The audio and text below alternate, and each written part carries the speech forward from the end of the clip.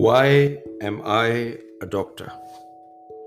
A very interesting question which I've asked myself so many times. And today, on the eve of Doctor's Day, when I received so many messages from patients and friends, I thought I might as well sit down and think all day, what do I love being as a doctor?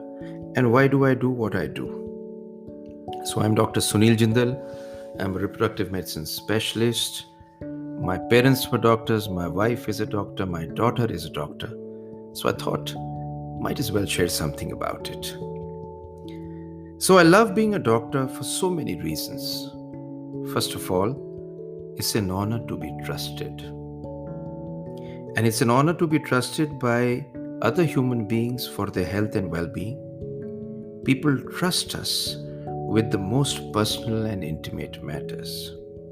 In hearing people's stories and helping people at the most vulnerable positions, I feel it's a unique window into the human experience.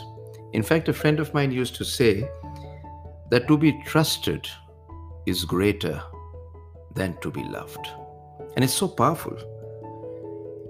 Another reason I love medicine is that it's a profession in which people continue to learn and grow. From the first day that I joined medicine till date when I teach so many people, I've had such amazing mentors who have not only taught me medicine, but taught me how to live life. And it's an amazing opportunity which I get to meet new young people and teach them. In fact, understanding the human body and the human disease is very complex and daunting. But you know something interesting? That all this new information, data, protocol, standard of care, all this gives you so much to think about, so much to ponder, and every day is a new day. It's very intellectually stimulating, especially as a doctor. But I'd also talk to you about the third thing. I love meeting young people. And meeting young people is beautiful because there are so many people whom you can teach. Honestly, one of the best times which I've spent in my life were as a resident. And even today, with my colleagues, my friends, my wife, my biggest friend, and my daughter to share the dining table with beautiful stories of human beings is so powerful for me. You know, the fourth thing is I love meeting human beings. And what could be a better thing than to meet human beings at a time when they want to share their lives with you? And for you to be able to share moments of what you have learned, make the connection which nothing else could do but medicine. Now, let me go a bit deeper because today was a day when I was just thinking and thinking. And I'll talk very emotionally at the moment because I feel so. That just like an emotional bungee jumper, I live to inhale the last words of a dying man. And you know, there's so many people who have left the world into the spiritual world. In front of me, in my arms. It's very deep. When you're operating and the bleeding vessels need to be repaired, and you know that you only have 30 seconds to do this, to save him, or if he bleeds too much, he would be no more. You know what you understand?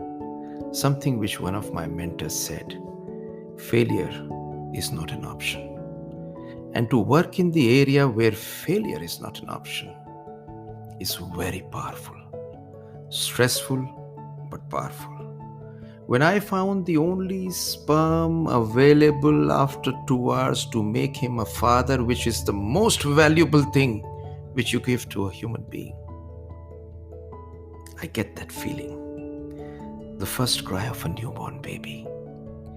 The first time when you see a baby being made in the laboratory, when you deliver a baby and the slippery baby comes into your hand and you know this should not slip, and when you cut the cord and a drop falls on your OT shoes, and when you hand that baby on to the mother who looks at that baby as if the diamond she was waiting for all her life is there in front of her eyes. On another note, to wipe a new mother's tears, to introduce a father to his son, and to hold a daughter's hand as she kisses her father goodbye for the last time. Only a doctor can feel. Maybe I wanted to live in a real world, a world without pretense, a world where people can't hide. And in fact, they hide behind money or status. Illness exposes authenticity. And doctoring satiates my need to witness and to witness the raw, uncensored human experience. I crave that intensity. That's an addiction to me. I'm a doctor because I refuse to be numb. I want to live to the précis of the underworld, the afterworld, to look into a patient's eye, to fall into the abyss of love, despair, and death, and then to wake up the next day all over again. Maybe this fills a void into the deeper connection of being loved and being a part of this human existence. It's been a struggle. It becomes tough. Sometimes I remind myself I've placed myself into a position which drains me. But it's a privilege. It's a privilege that I sometimes forget. And I get on to focusing on to my normal work, but medicine gives me a sense of humility. When I realize there is so much which we do not know. In fact, the largest area of our lives is the life area that we don't even know that we do not know. We are most authentic at our weakest moments. And it is at these times that we learn life's biggest lessons. I have learned one of the most profound lessons through stories, struggles, triumphs of my patients. And this makes a career in medicine a journey worth completing well. Thank you, all my friends, all my patients, for what you have contributed to me in my life. And I'm extremely grateful, my God, for giving me this wonderful life where I'm not able to only contribute towards people, but I'm able to receive so much because of them. Thank you so much. If you've liked this episode, please follow me. I'd love to bring in a few of these from the deepest area of my heart, and I really love that you're here to listen to me. Thank you very much. Goodbye.